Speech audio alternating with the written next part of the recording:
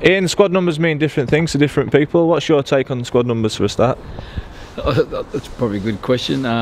Yeah, obviously they're very, very hard. I'm not a great believer of them. I think you should be able to pick 1 to 17 each week. I think that's an achievement. And if you earn the number 3 or 4 jumper, as a centre, you've achieved something each week. Someone's getting it at the start of the year. I'm not sure. I think it's something doesn't educate our fans on either. I think when a person watches a game and says who's number 25, and he's playing at halfback, it should be number 7. And so yeah, but obviously they're the rules. You've got to come up with squad numbers, and sometimes you're trying to reward people and you're trying to pacify people, and you're trying to not take it a situation where it doesn't reflect the season. Just you've got to come up with the numbers now. So. Obviously some thought goes into it, but it's there's an old saying, it's not where you start, it's where you finish. So hopefully that they're taken in the right context first by the players.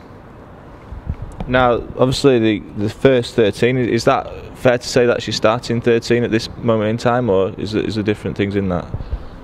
Oh well, obviously with us it'll vary because of our injuries at the moment. Because some guys have started training a bit late, and also because some guys have, in rehab at the moment. But also, if you said me what is our 17 for the first game against Salford, I'm not 100% sure.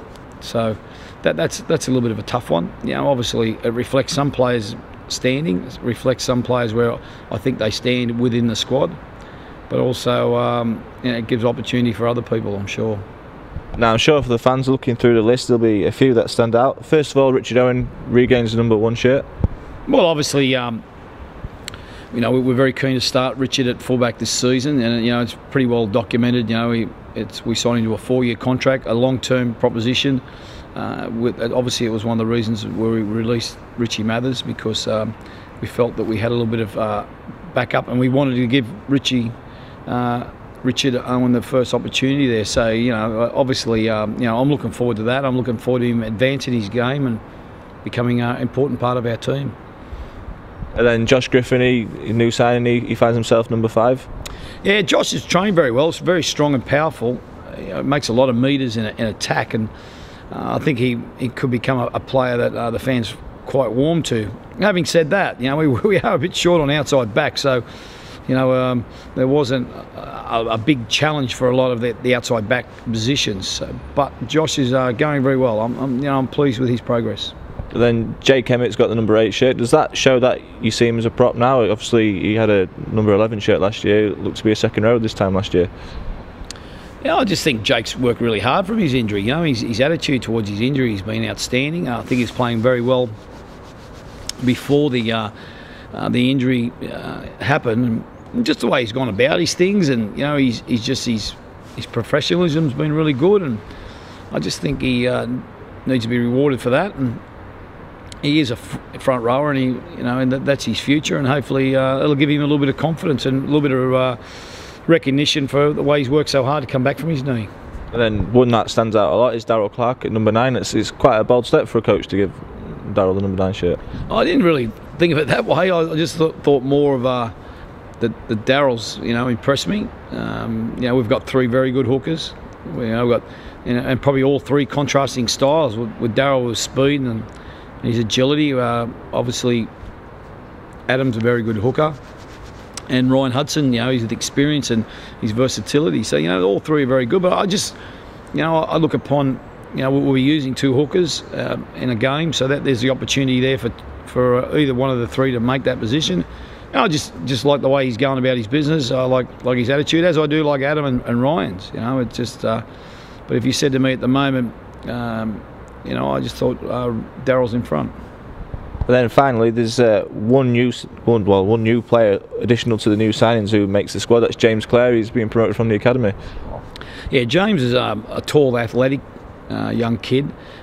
He's probably not hardened for full-time professionalism at the moment. He's just come in, and his speed's been a good asset. obviously we are short an outside back, so I've probably said that about 3 times in this interview already. So he comes in because of that, but I do see a future for him. I see a future for him as a winger stroke fullback. I think he gets in open spaces. He'll be hard to catch, and he's progressed in pre-season. He's progressed from a guy who was probably a little bit naive and vulnerable to the full-time environment to a guy who's starting to learn a little bit more about it. And I think the more we keep him in the environment, the better he'll be. So and the other thing too is he's a local kid and he's advancing. Now, so this time last year, Darryl Clark hadn't got a squad number, and we saw how he did in the last season. Is there any other players who are just outside these squad numbers who are there training full time and in the mix? I think there is some young kids there training full time with us, but I don't think they're at the same physical and probably mental situation to advance on a regular basis like Darryl did the Super League. We've probably got some forwards. A kid like Charlie Martin's a young 18-year-old forward. Is probably in the pecking order is behind these other forwards at the moment. So he's a player I would like to think in the next 12 months would advance. We've got some young halves, but and they'll play on Boxing Day. But I'm not sure if they're ready to be exposed on a regular basis that Darryl was. Which probably makes Darryl and Adam quite unique. The amount of times they've played in such a tough environment in the hooker role. So I don't think there's a couple of young outside backs. It'll be interesting to see how they go on Boxing Day. Danny Holmes and Josh Atkinson. They're going to get an opportunity on Boxing Day. Just see where they're at with their development. So with a little bit of shortage of outside backs, they may if with injuries they may get an opportunity. So Boxing Day is pretty important to them. See how they aim up and how they're advancing. Hopefully we don't get too many more new numbers, which would reflect we're getting some consistency on the field with the selection and obviously less injuries. So that would be my goal.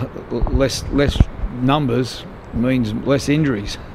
Now, I'm sure this is a question that the fans would like to ask. Is there additional players still on the radar? Well, I'd sign a centre tomorrow if the right centre was available, and and obviously within our budget, and also his capabilities and what he brings to the organisation and things like that. So, we definitely need another outside back, but it's not easy out there at the moment. There's a whole shortage in the whole world of rugby league for centres, and there's also a shortage probably at this present time. There is a couple on the radar, but they're quite young and inexperienced and even haven't displayed any first grade games in Super League. So it'll be a massive risk at this point in time, but we will have to bring someone in. It's not possible to expect those outside backs to go through and play every game this year. But if you pin me up against the wall and said, have we got a player ready? No, we don't. Some young kids on the horizon.